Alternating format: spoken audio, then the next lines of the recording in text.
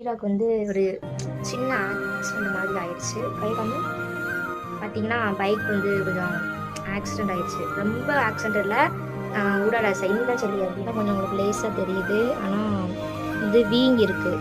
அதுவும் இந்த எலும்பில் தான் கிராக் ஆகிடுச்சு. இந்த கையில் இந்த கை காமி இந்த தெரியுதா உங்களுக்கு? இந்த 2 இடத்துல இது இங்கே இந்த கையில் ஃபுல்லாக இதாக இருக்குது.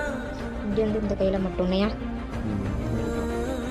எனக்குள்ள அப்புறம் எனக்குள்ள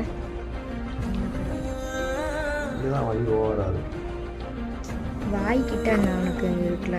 நான் போயிட்டு இருப்போம், ஒரு பெரியவர் இருந்தார், ஒரு 45 வயசு இருக்கும். அவர் வந்து சடனாக வந்து நான் நடு ரோட்டுக்கு நான் போயிட்டு ஹார்ன் அடிச்சுட்டு தான் போகிறேன். கொஞ்சம் லேசாக இதோட போயிடுச்சு. ஆனால் வண்டிக்கு தான் எந்த வண்டியுமே வரல.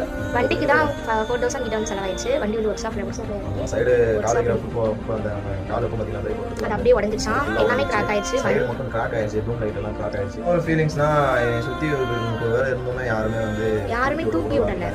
ஒரு